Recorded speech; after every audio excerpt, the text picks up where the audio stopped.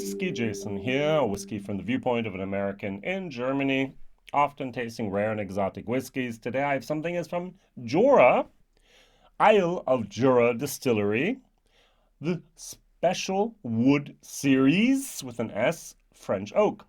Now, I'm sorry, this came out in 2019, and it's now 2022, and there hasn't yet been a replacement. Replacement as a second bottle in the Special Wood series. Did they forget about it? I don't know. All right, Whiskybase 139636. This is about 44 euros over here in Germany, and it's 42%. So it's American bourbon barrels, normal base, and then it's finished in French oak casks. So Quercus Roba. So Quercus Alba is what we usually have in the States. Now that would be American white oak. Now what we have here is my comparison bottle. I just reviewed this as well. I'm doing a tiny little series of Jura for me, or Jura, probably as it's better said. In German we say Jura, and then in English we say Jura. And this I kind of like. This was kind of like one of those things that was like, hey, as a beginner, this is interesting. It's a little bit off the beaten path. It's a little bit different. They're using red wine casks. I would have loved to know now from what country those came. Here we know at least those are French oak casks. So they're probably virgin oaks that have been toasted. Virgin oak casks. We don't know that either. Toasted, charred. Hey, more information would be great. But White and Mackay is not perfect at that. Now, I do have here my nice little book. This is the 2022 version, or 2020 version that I pulled out here, and there was an interesting fact that I did not know. In terms of sales, Jura Single Malt has been on an incredible journey with an incredible increase of 150% during the last decade. The brand now sells around 1.7 million bottles a year worldwide. 150%, that's not bad. So you take half of the 1.7, about 650, you take a little bit less of that. So they went from, I don't know, 500,000 up to 1.7 million in 10 years. Good job. So now Jura might not be the whiskey producer for us whiskey nerds, for us whiskey geeks, but apparently they're doing something very, very right here for the normal person buying normal bottles here. Now, I like my single casks, I like my cask strengths, and so on and so on. I like my whiskeys over 46% so that they're non-chilled filtered and that they're natural color. Both of these bottles are exactly the opposite. They're all no age statements. They all have artificial color added to them, maybe a lot. And also they're chill filtered. And yet the whiskey can still taste fairly okay. I forgot to pour something. Talking, and not pouring. Shame on me.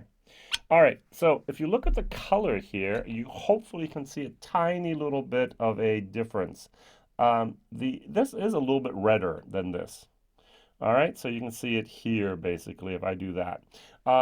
In the bottle, even it's more more viewable. So here, right? Let's try to do this here. I have two papers, but nah, not great. All right, so but the red wine does actually show through a little bit in spite of the artificial coloring. Now the nose.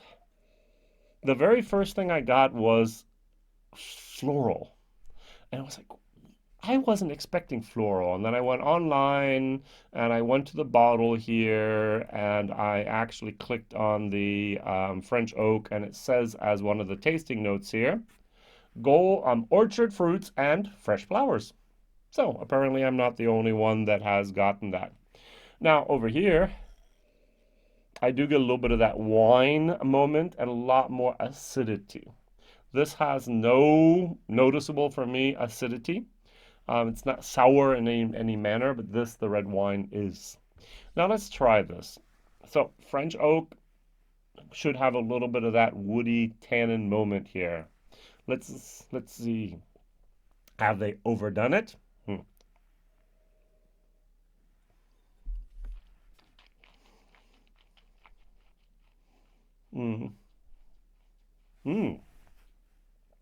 Sometimes I do a nice little lime. I'm just going to draw this like a whole board. Imagine a board of oak in front of me in one direction the whole time. That's what this is. Is this over oaked? Almost. Almost. Now, when I tasted this, it was like, I want to do a blind tasting with Jura. I want to have six different things. I want to have their French oak. I want to have their red wine. I want to have their what else do we have here? I want to have their rum cask finish. I want to have the winter edition, which is sherry. I want to have the seven woods. I want to have maybe something else, the journey or whatever. I would actually love to try all those different flavor compounds that are so noticeable here, and some type of sensoric training. Jura is based on the six different expressions with six different finishes. This I should get that tannin. That it's a long finish. That wood sawdust, freshly cut white oak is just there from the beginning to the end, and it remains there. Um, okay, not bad, not bad, not bad. To say it like someone else we know here. Um, So initially matured in American white oak, ex-bourbon barrels, finished in hand-selected French oak casks to deliver perfect balance of sweetness, delicate smoke, and light spice. Huh. Delicate smoke? Not getting any of that. So sorry. All right. I do get light sweetness. I get spice and oak spice, which is heavy, but not light. And I don't get any delicate smoke. They officially use smoke in here. What do we have here? According to my wonderful book here, it says they will make 28 mashes per week and 2.3 million liters of alcohol during 2019, which will include 4 weeks of peated production at 45% ppm. And according to my other sources, they always or almost always add a little bit of peat to the mix of their different blends or different blends of the different products, especially the no age statement stuff. Don't get it. All right, the red wine.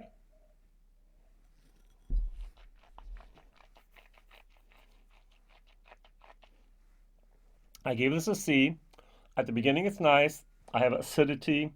It disappears totally, and then for some reason, after like 3 seconds, the finish starts taking off, and I get a wonderful, wonderful red wine cask finish. This is weird. I really had a problem of grading this. It's somewhere between a C minus and a C, but I'm giving it a C because of the beginning and the end, and I just forget about what's in the middle, basically. All right, now over here, this is a little bit lower. This is a C minus in my book. Why? Because it's over oaked. It's not complex. There's one single note that goes through the entire thing here. I do get a tiny little bit of lime, and I do get that little bit of vanilla, but on top of that is this fresh white oak the entire time here. Is it a bad whiskey? No. Is it the type of whiskey I like to drink? No. Would I give it to someone who says, "Hey, Jason, I like red wine with a nice oak tannin finish. Could you give me something in whiskey?" Bam. All right, I'd give actually both of these, red wine and this. Um, oh, that just brought me to an idea. I'll have to do this in a second. I'm going to mix the two. Sorry, it has to happen. All right. So let's go back to this, cleanse my palate, and then do this, and then mix and see what happens, because that might actually be a great balance here. Mm. Compound cork. Wow. That oak is really, really there. Dominant. The dominating factor. All right, I'm going to put these in here together. I have 2/3 French oak and 1/3 red, just on purpose, really. So let's see what happens if that actually turns into something better than the two of them by themselves, or if it's actually worse. You never know when you blend. Oh, got a little bit of a sulfury moment. Did not expect that. The floral and the winey turned that into a little bit of sulfur. Wow. That is, I don't understand the chemistry and the magic of blending yet. Cheers.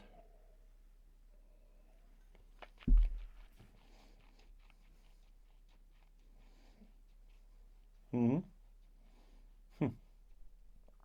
The whole time I didn't get any sulfur, and now I get sulfur. Huh. Not wow, but it's there. That's actually still too much of the red wine influence on this one. It tamed down the oak a little bit, but it pushed up the sulfur. Huh. Who would have known? Not me. All right. So my question of the day is, what whiskey have you had that's been over oaked? So I once had a 17-year-old George T. Stag. It was over oaked. I'm sorry. I like Stag. I now call it used to be called Stag Junior, just Stag. I prefer the Stag. It's actually a video here on my channel where I blind taste Stag T Junior versus George T. Stag versus Stag Junior, and almost every single time the Stag Junior wins. All right, blind. So, which is way too over oaked for me, and so that's the way things are. This is way too over oaked. What is your bottle of whiskey that was way too over oaked? Please write it down in the comments, and then write down if you like it or not. Some people just love that over oaked character. Thank you very much for watching. Thank you very much for liking, subscribing, telling others, sharing even this video. And I would say Jura is something you could explore if you've never explored it before. And also as a beginner, this is something that is not going to break the bank and has definite flavor profile differences.